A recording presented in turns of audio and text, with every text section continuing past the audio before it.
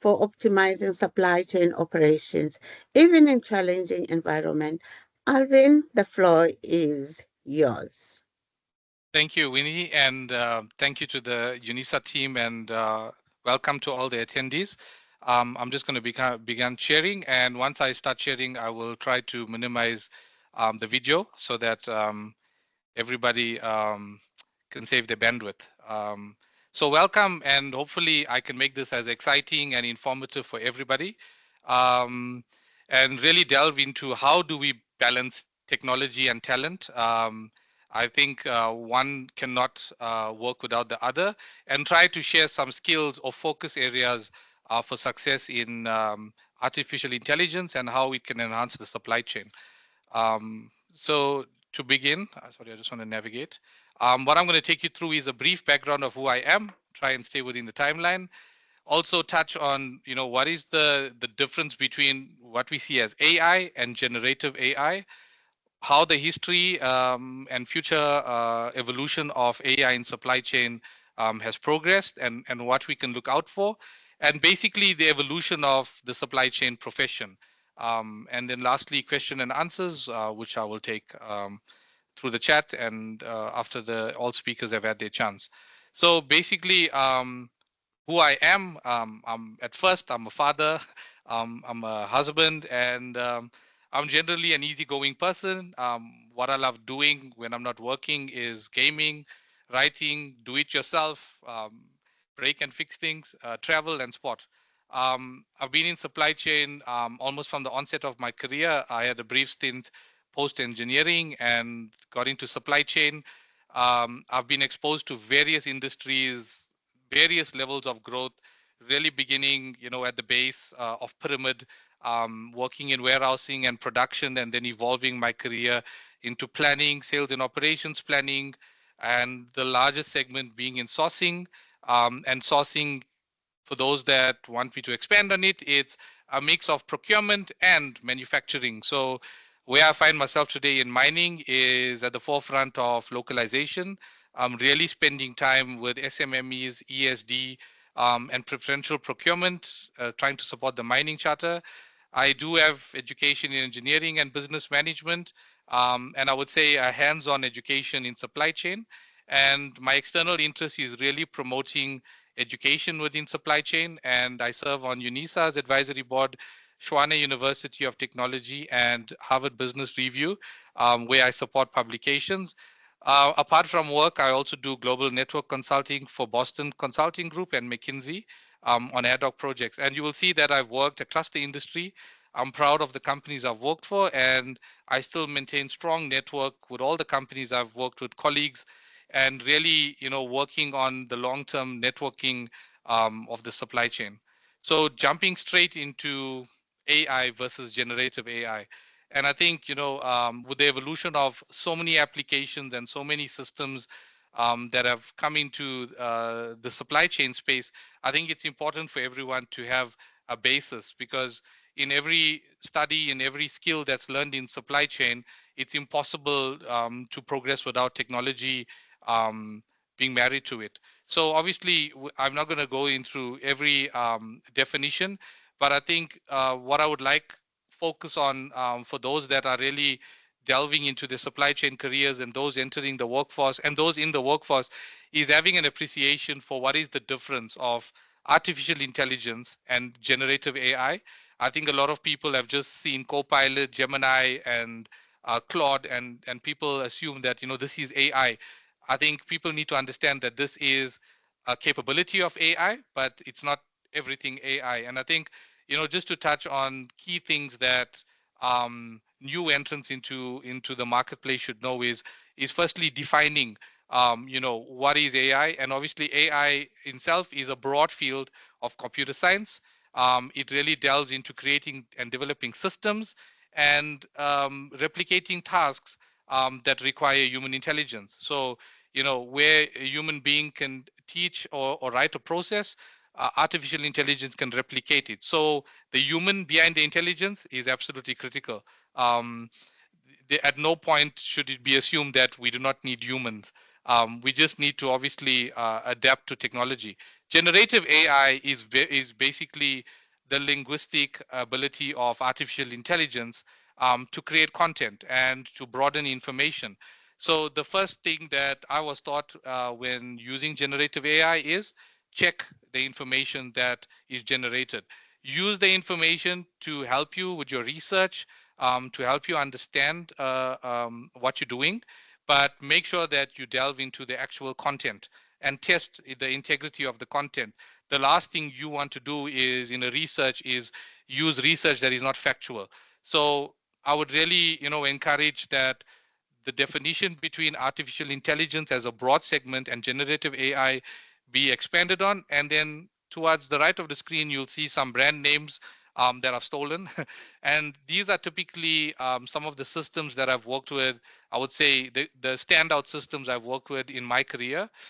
SAP as the leading ERP, and I've really watched out from SAP R3 to where SAP HANA is today, how artificial intelligence has assisted the supply chain in making better decisions, in planning long term, providing scenarios, and where the supply chain function has evolved from just a support function to quite a decision making critical function within business. When I started in supply chain 18 years ago, the term supply chain did not really exist. It became a buzzword later on. But today, supply chain is really the decision support part of business. Netstock, for example, is an inventory tool that I've been using for the last few years that helps optimize. Blue Yonder is actually tied in with what you call next generation logistics, and something that is really revolutionizing the warehouse management space.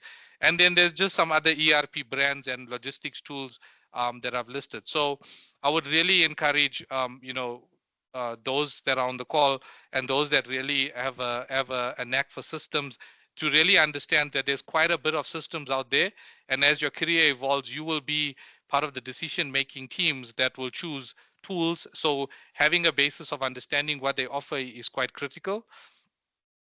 And then to spend a little time on where AI has impacted and where AI is going in the supply chain.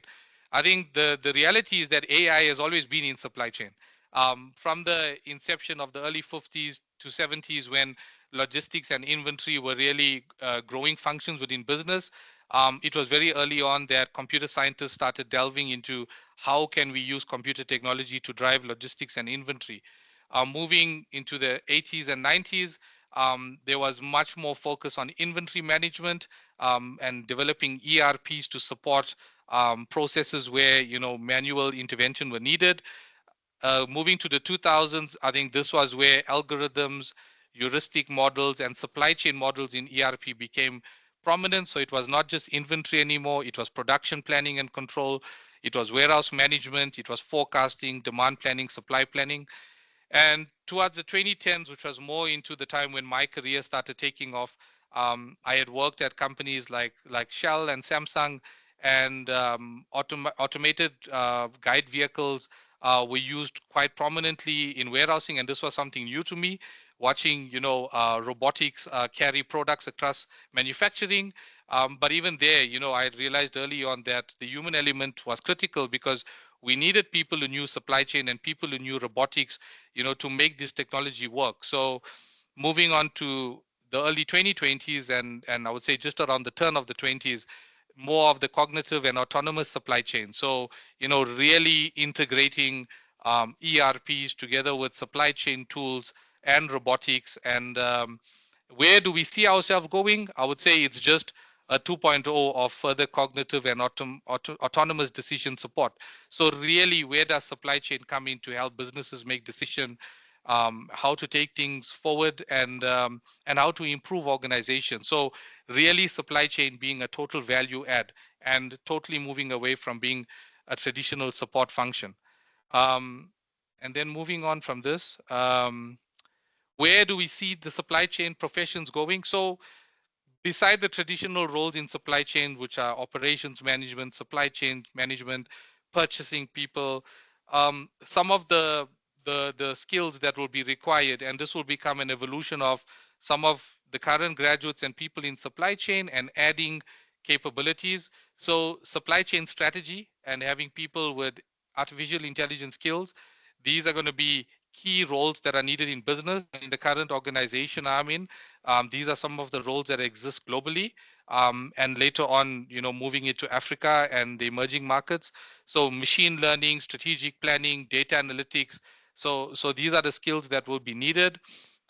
Very much focus on people with supply chain and engineering abilities, uh, providing more automation tools, more programming and optimization. Data science is already a big function that exists today, already a huge demand, but I would say enhancing and taking the functions further.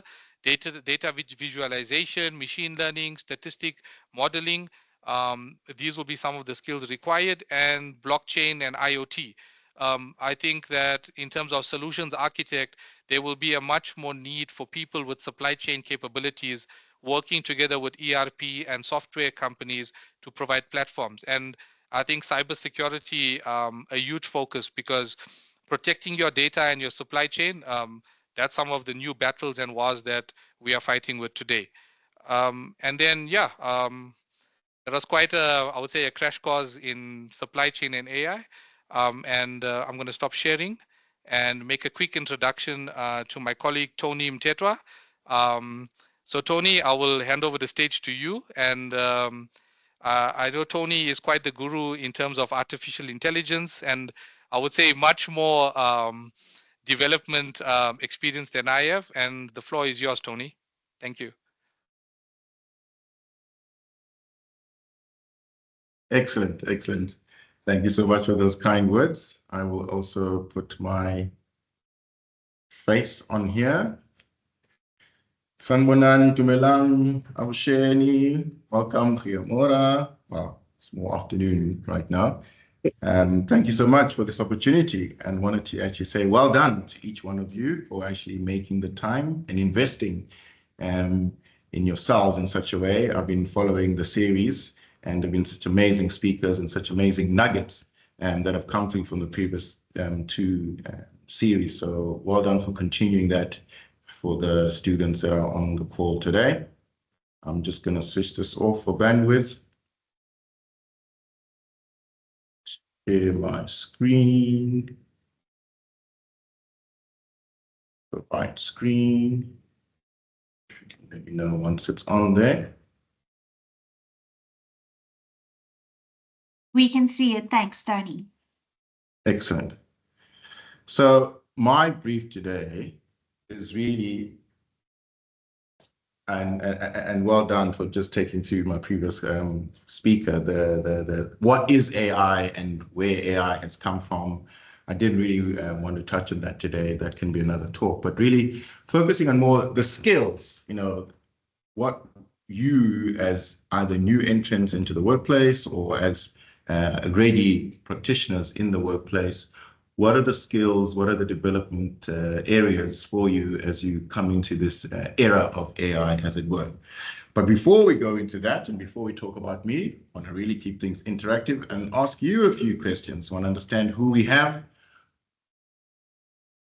today. So I have these three questions. There's a poll that Alicia is going to be able to run. Question number one, if you are able to just answer on the poll there. How many of you have used any form of AI tools in this past week?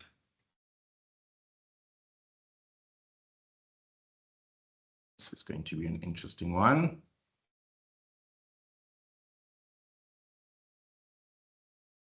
There's some stats that suggest how often we are all currently using AI.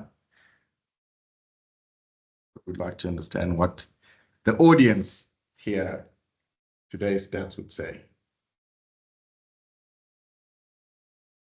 Alicia, you'll let me know. Yes, I think we have 43 responses, and there's 105 people in the session. So perhaps we can give 2 more minutes, and then or 30 seconds, and then I'll launch the second one. Sure.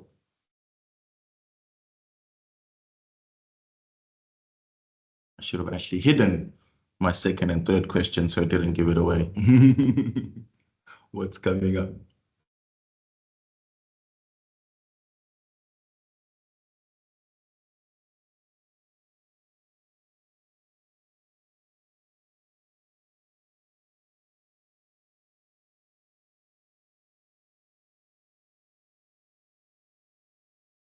Are you going to give all the results all in one time, or we can just go through each one there, Alicia? You can say what you prefer. Would you like me to first view, show the results of the previous one? Yes. Just wanted to see the first question. So how many, just in terms of numbers, I am a data guy after all, so just wanting to understand, what are the stats? How many people have used any form of AI in the past week? What do we have as a percentage on that? Just give me 1 second. Excellent. Okay, perhaps I'll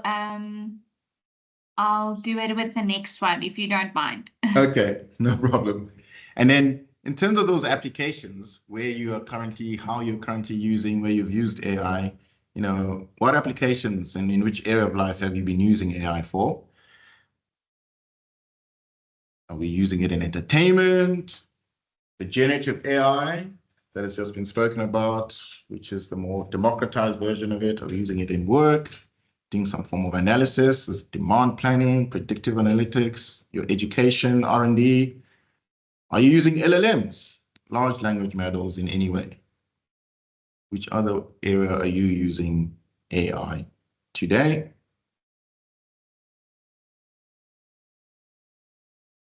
And then lastly, once you have that one come through, again, to help in the understanding of the level of knowledge or usage of AI, what, if any, were the challenges you faced when using AI? Was there any lack of knowledge, got stuck somewhere, or none? You cruised through because you just used Copilot or ChatGPT. There's somewhere you are wanting to do a lot more complex things and you have to start paying because of high costs, or data quality issues. Sometimes the answer that comes back is not quite the right one. Some of these models are still developing. Was it trying to integrate it into your existing systems? What were those challenges? Or any other challenges, maybe?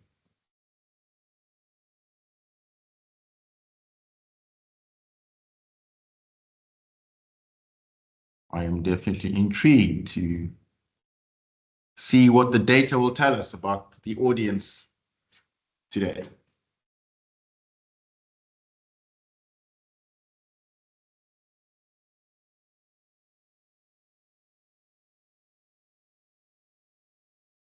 Okay, Tony, can I close this? I see that the results are in the meeting chat.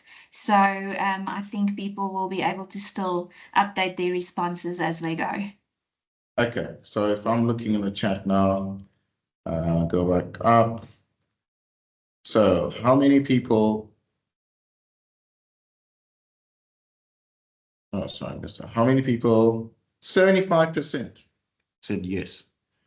Wow, you guys are definitely bucking the industry stats. The industry stats say currently only 22% of people are using AI in any shape or form globally right now. So this is definitely a lot higher than that. That's positive. And in terms of what are the applications are using it for,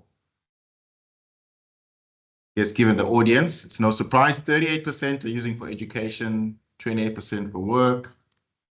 I'm glad to see there's some large language models being used there, and there's some other areas as well. So definitely a wider usage of the technology. Challenges, lack of knowledge. Great. Something we can hopefully address then in the next 12 minutes or so. Brilliant. Well, thanks for indulging me in that. I think based on the results of those polls, you definitely are in the right place, and I can definitely learn a lot from those stats as well in my day-to-day work. So what I do as in just moving us forward, those are great introduction given earlier.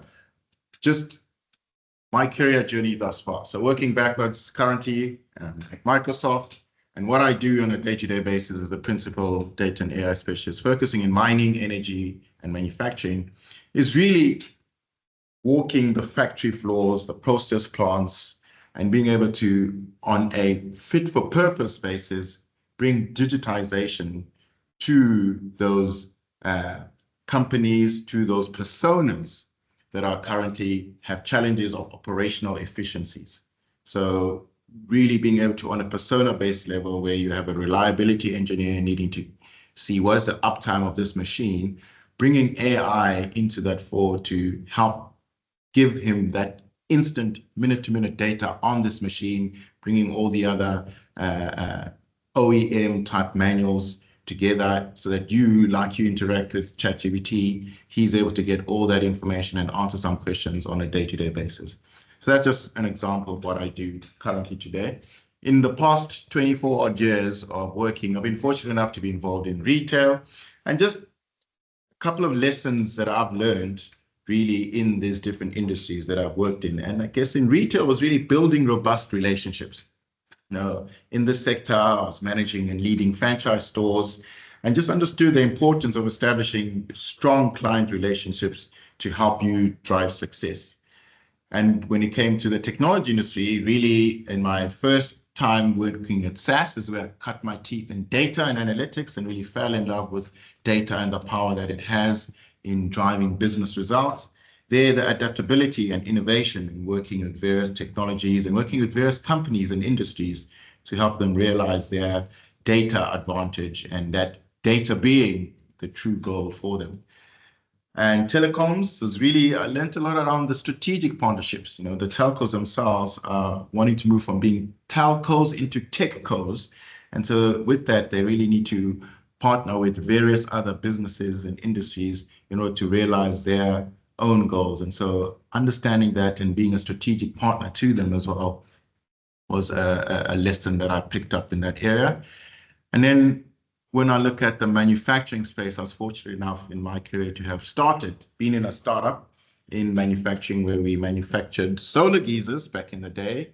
And in that, really understanding the market analysis and the strategy around taking a product from zero in your factory floor through to nationwide and the distribution thereof, as well as regionally as well. So market analysis, competitor activities, and just really developing effective sales as well, skills in that area.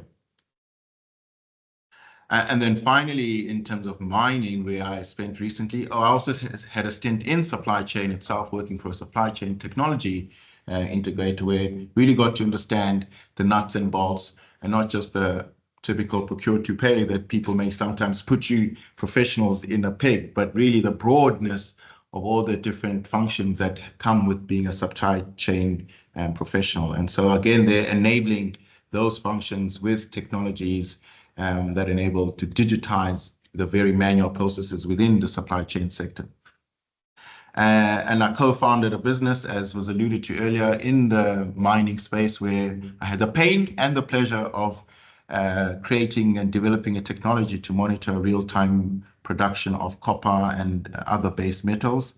And therein also was a lot of lessons learned, and in there showcasing the importance again of leveraging technology as an enabler to digitize very traditional and archaic processes and bringing those into the 21st century by creating innovative and tangible solutions as well. So that's just briefly where I've been in terms of industry. I just want to play a short 1-minute video that just kind of encompasses AI today and the applications for it.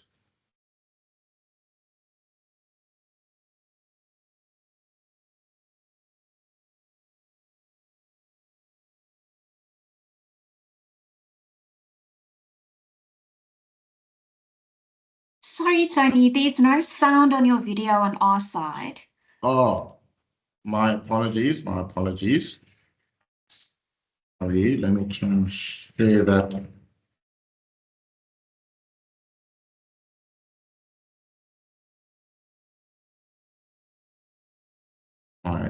humblest apologies. Let me share that with, stop sharing and reshare with sound.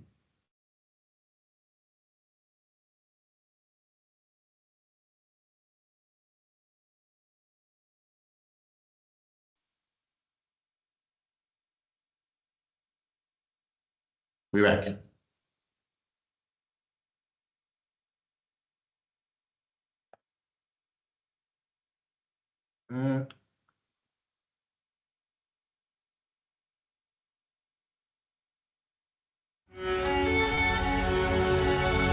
1 year ago, at the dawn of a new age, we took the first bold step into a world of unlimited possibilities.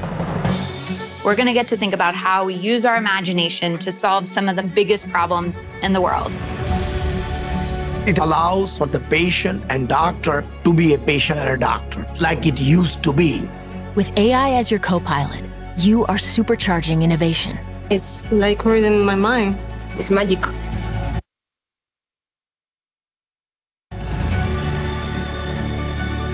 You built new solutions and inspired us to imagine more. In our journey of generative AI, we have over 700 use cases across all divisions and functions, so we really see a big impact. Copilot makes day-to-day life easier, so you can spend your time thinking how I want to improve the experience for people learning a language. This technology has the potential to completely reimagine the way every single student learns in the world. It enables our people to get back to what they're brilliant at. You redefined the art of collaboration. I've been using Copilot on exciting problems that are having real impacts in people's lives. I can just go home and be like, yeah, I did that. I'm a superhuman. I've done something amazing. This is the age of co-pilots. So a bit of a plug there for my organization, but really what I wanted to bring across there was that AI is everywhere in your world, in what you are doing. You can really encompass it in everything. And then in addressing the elephant in the room, people always ask me, will AI take my job? Will it take other people's jobs? And quite frankly, this statement just helps ease everyone's fears. AI will not replace you, but people using AI in their jobs could replace you. And that's the competitive advantage. And that's the human element that we were talking about earlier that my colleague referred to, that AI still remains a tool that is needing instruction from human beings. And my colleague now in these days, Trevor Noah, who's the Chief Questions Officer at Microsoft, he puts it best in a recent interview at one of the tech summit when he was asked, look, you're in entertainment. We've seen what's happened in the entertainment industry, whether it's music, whether it's even comedy, people can create their own. Are you afraid that AI will, replace you in terms of some of your income? And he says, well, actually, the main question we need to be asked is, how does AI actually redefine what humans need or what we want to do for work? For him, that's the broader question we need to be asking. In other words, AI as an innovation is enabling us as human beings to be better. So if we look at innovation and how we progressed as humans, we were walking quickly got replaced by horses, and horses got replaced by driving.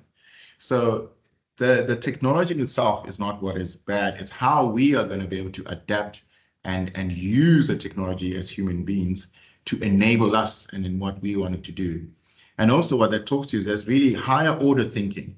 There's lots of menial, lower order tasks work that we have within our jobs. But if we're able to harness the power of AI, we're able to at least start focusing more on that higher order thinking and release us to really realize our full potential in that area, in that space. So it is an enabler, and it'll still, because it still needs instructions from human beings in order to carry out whatever complex and great things that AI is doing today, is still an enabler to us as human beings. And then to you as students of various experience on this webinar today, whether you're in your PhD and about to enter or already been in a work environment, or a second-year student. Talent, not tech, is going to fuel and drive the use of AI. So you are the talent that enables all these amazing things that can be done within your industry.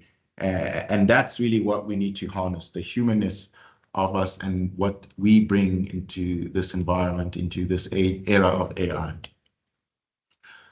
Just moving quickly on. So what are the skills? What are some of the skills that we will need in this era of AI? Well, there's evolving role of supply chain professionals, and the previous speaker already touched on those as well. Probably needing to balance a lot more of the technical and soft skills and doing a bit of an assessment for yourself, a skill set wheel. I know that the one of the speakers last week did an exercise on helping you find out what is it that you are good at? What are you able to do that's unique to you? And so in the same era of AI, being able to see, okay, what are the areas that I need to improve and use something similar to my best attempt of a skill set wheel, where we have communication and collaboration as any way that we need in our professional lives.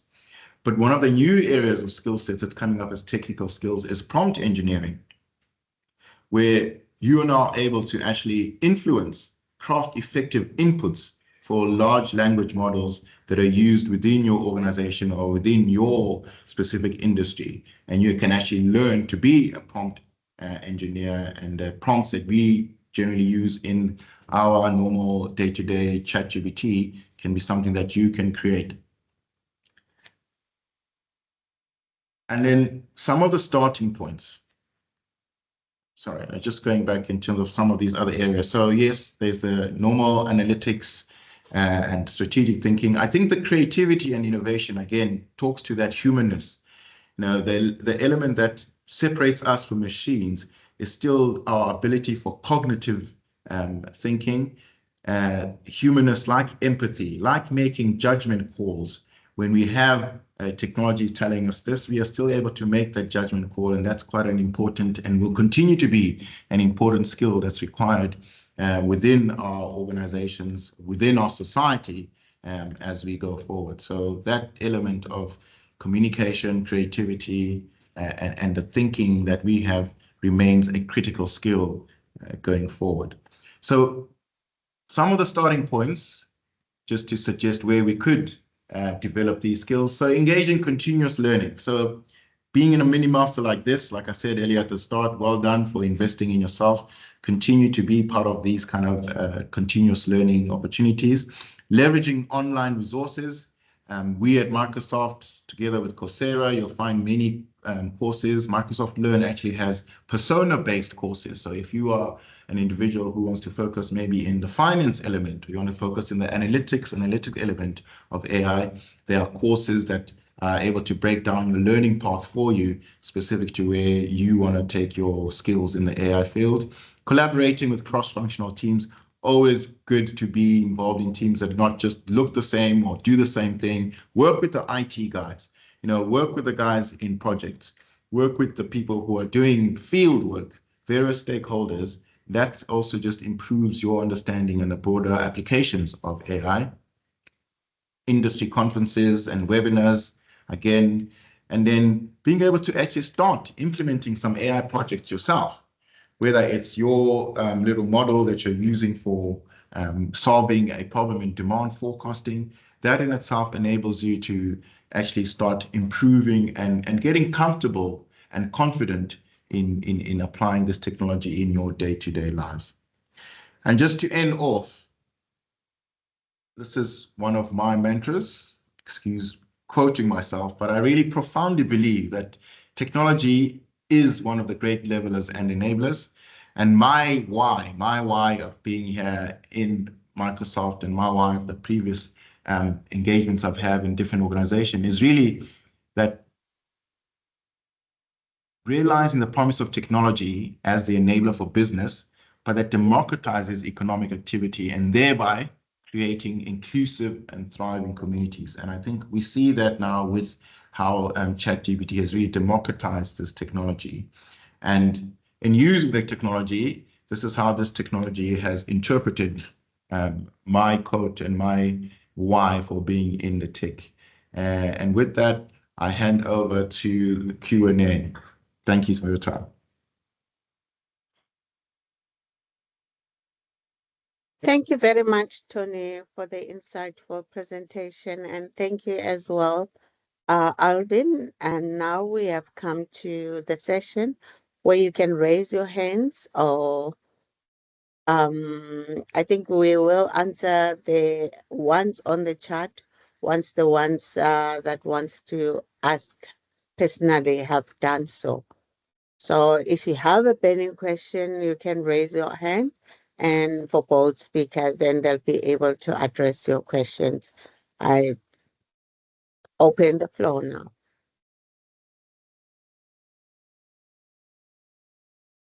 The first one is JK.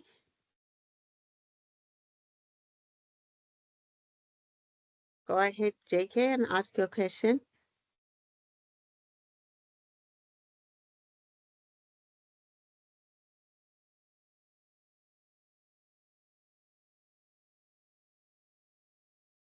It's JK having stage fright on us now. You can just unmute yourself, JK, and start talking.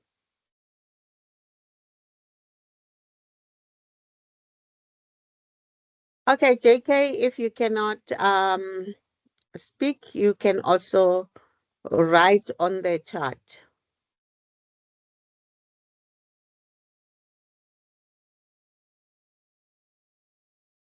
Oh, okay, somebody's saying people are unmute. Let me see if I can unmute the people. Just one moment.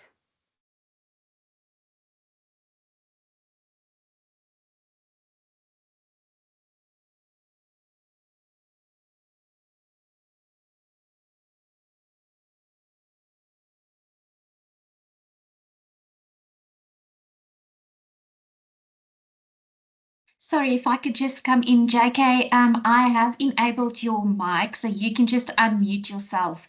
Please check if you can do it now. Good afternoon. Can you hear me? Yes, we can. Hi, my name is Joelle.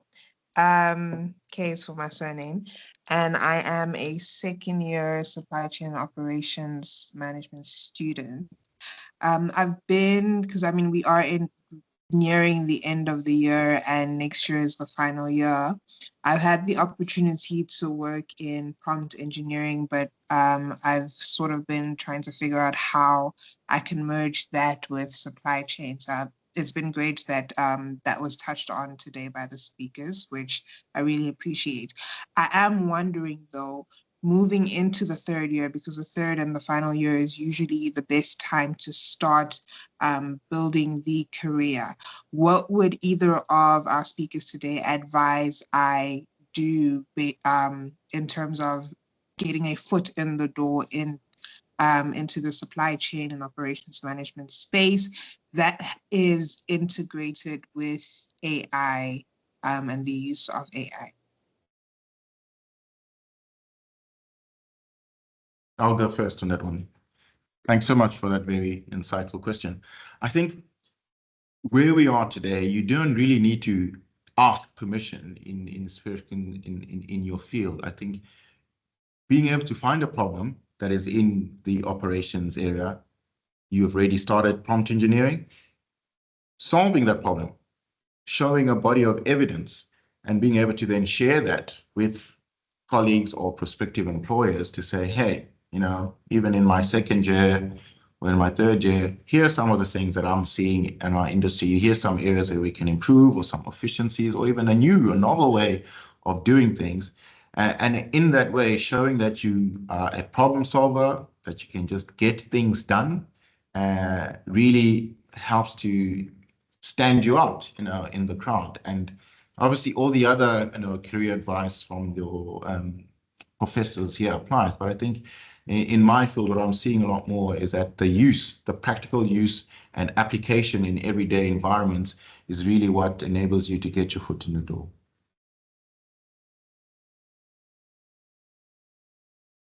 Thank you so much.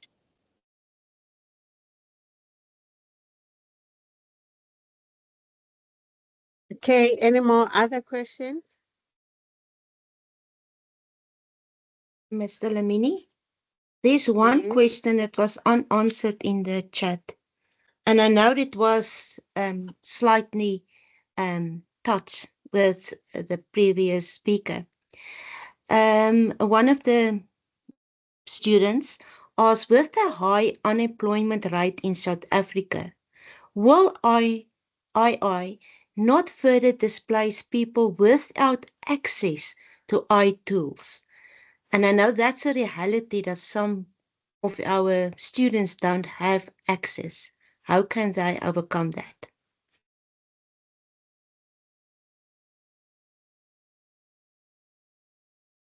Okay, I don't know each of the two speakers who is brave enough to take that question.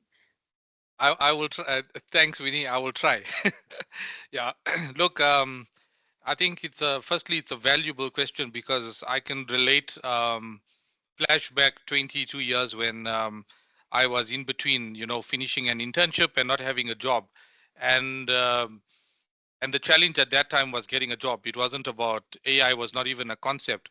I think in today's world, there's something that Mr. Mthethwa alluded to that I'm gonna maybe harp on, is that there's a lot of problems facing South Africa today where some of the things we need are very basic, but they're out of reach. For example, solutions that we can find for our local communities, um, solutions that we can find just to make people's day life easier.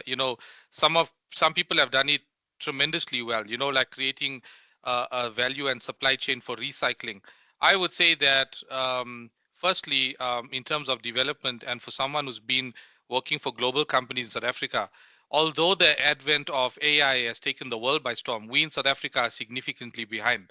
So right now, what is needed is, do not take that because this conversation we're having today is necessarily about AI, that AI is is at a stage when people who are unemployed are not going to have jobs.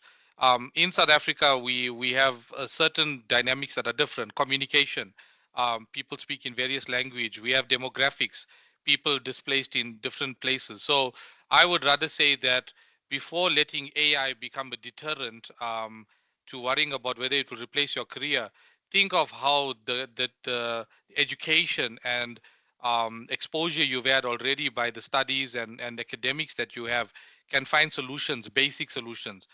When you develop a basic solution and it sells or it works, then you can move that into a technology or a long-term solution. And we as humans, we developed AI. AI didn't develop itself. So never think of it becoming, to the Terminator, rise of the machines. We are far from that, and we need to basically solve basic solutions. So something that I do personally is volunteer. I volunteer in very basic causes.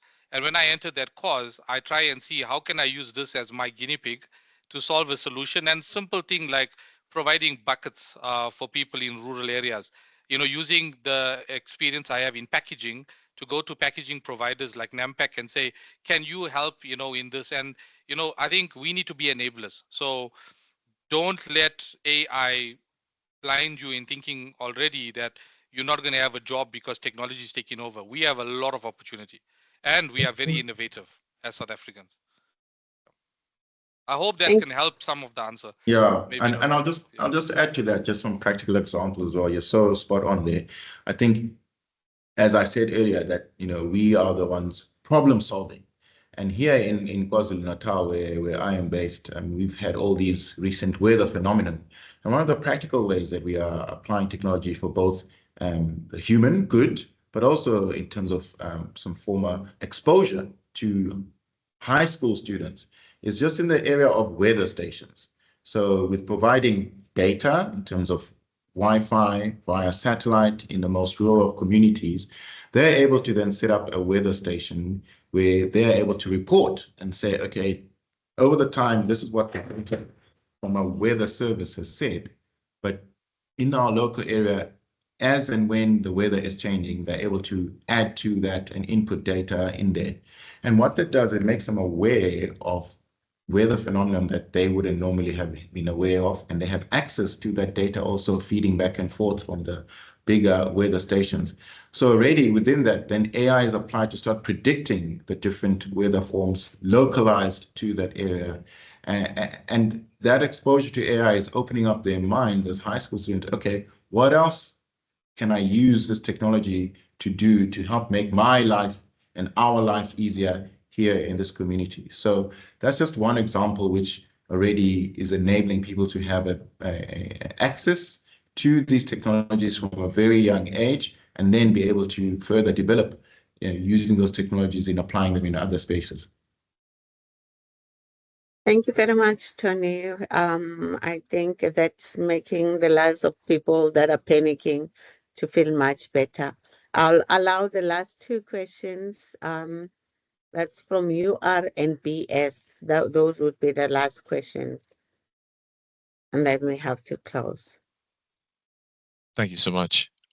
First of all, I just wanted to say thank you to the speakers and all the organizers, as well as a question that I do have is, as a second year student, how proactive can we be to try and make ourselves a bit more enticing in the job market? What specifically should we be looking for to try and get our foot through the door when we finish in a year or two times?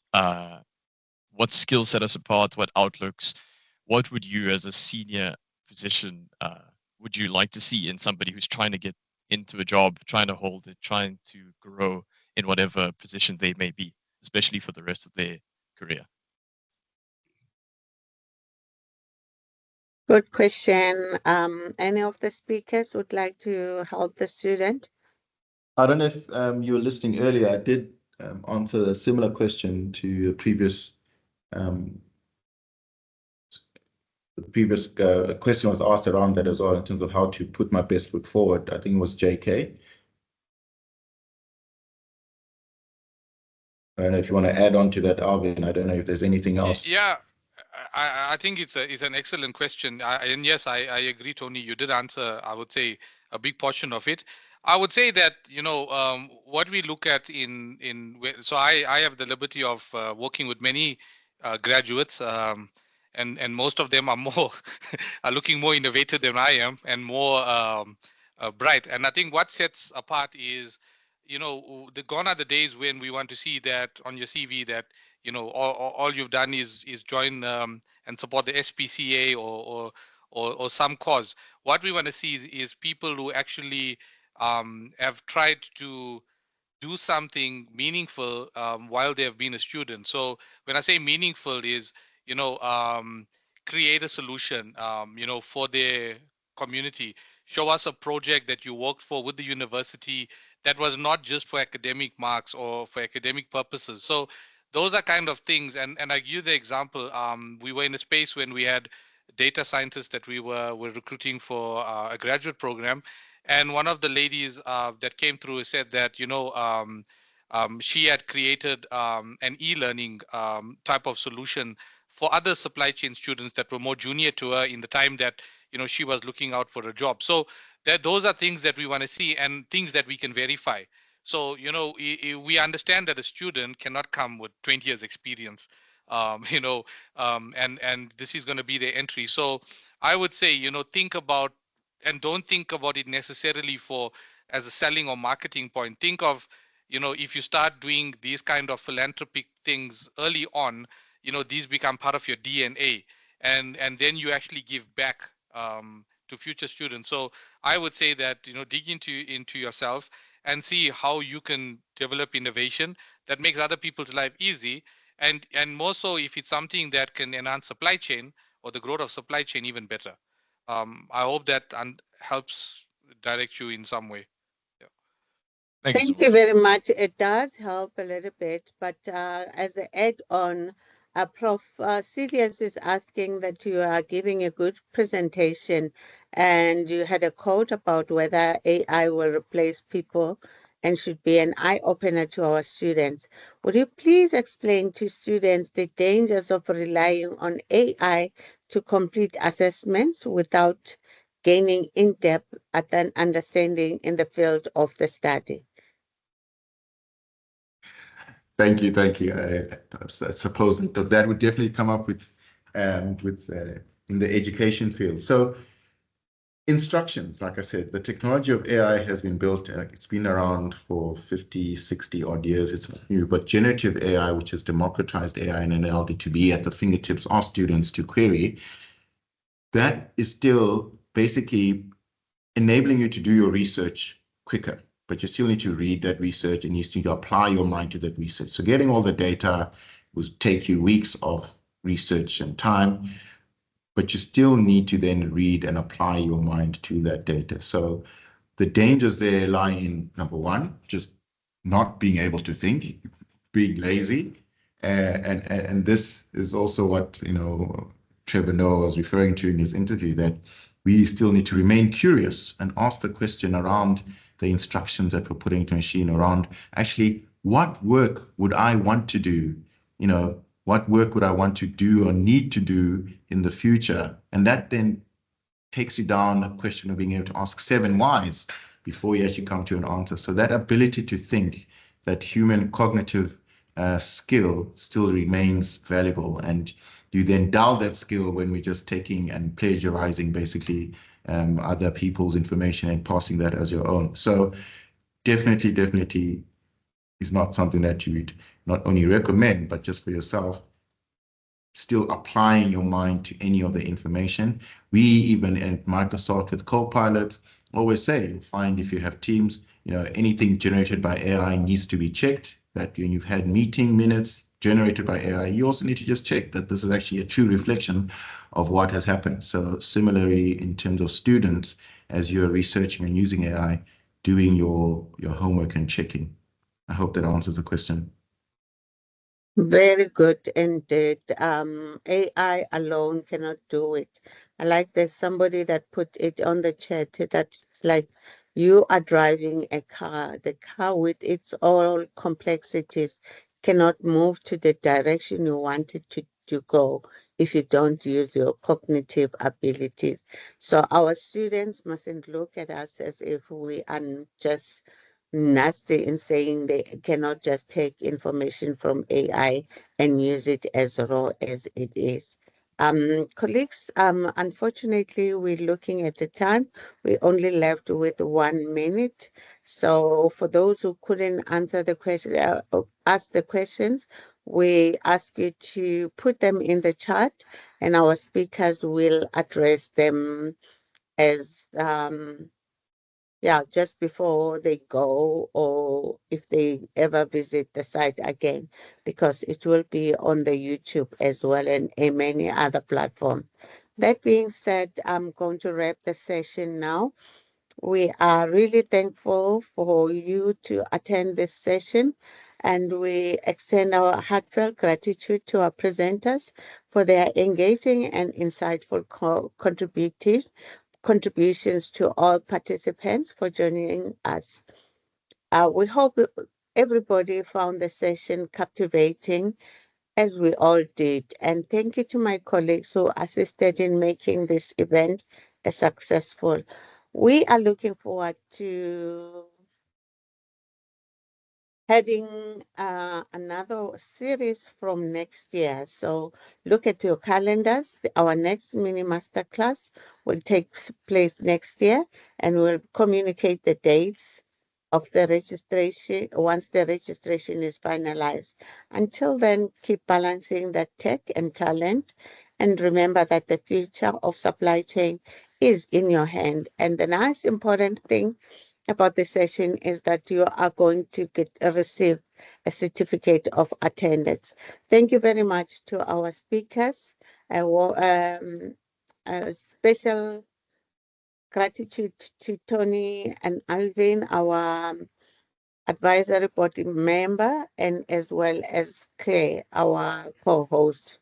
If you want to get more information about SAPIS, please call her and or use the chat box. She will definitely answer those questions. Thank you very much, everyone, for coming to this session. We really appreciate you all.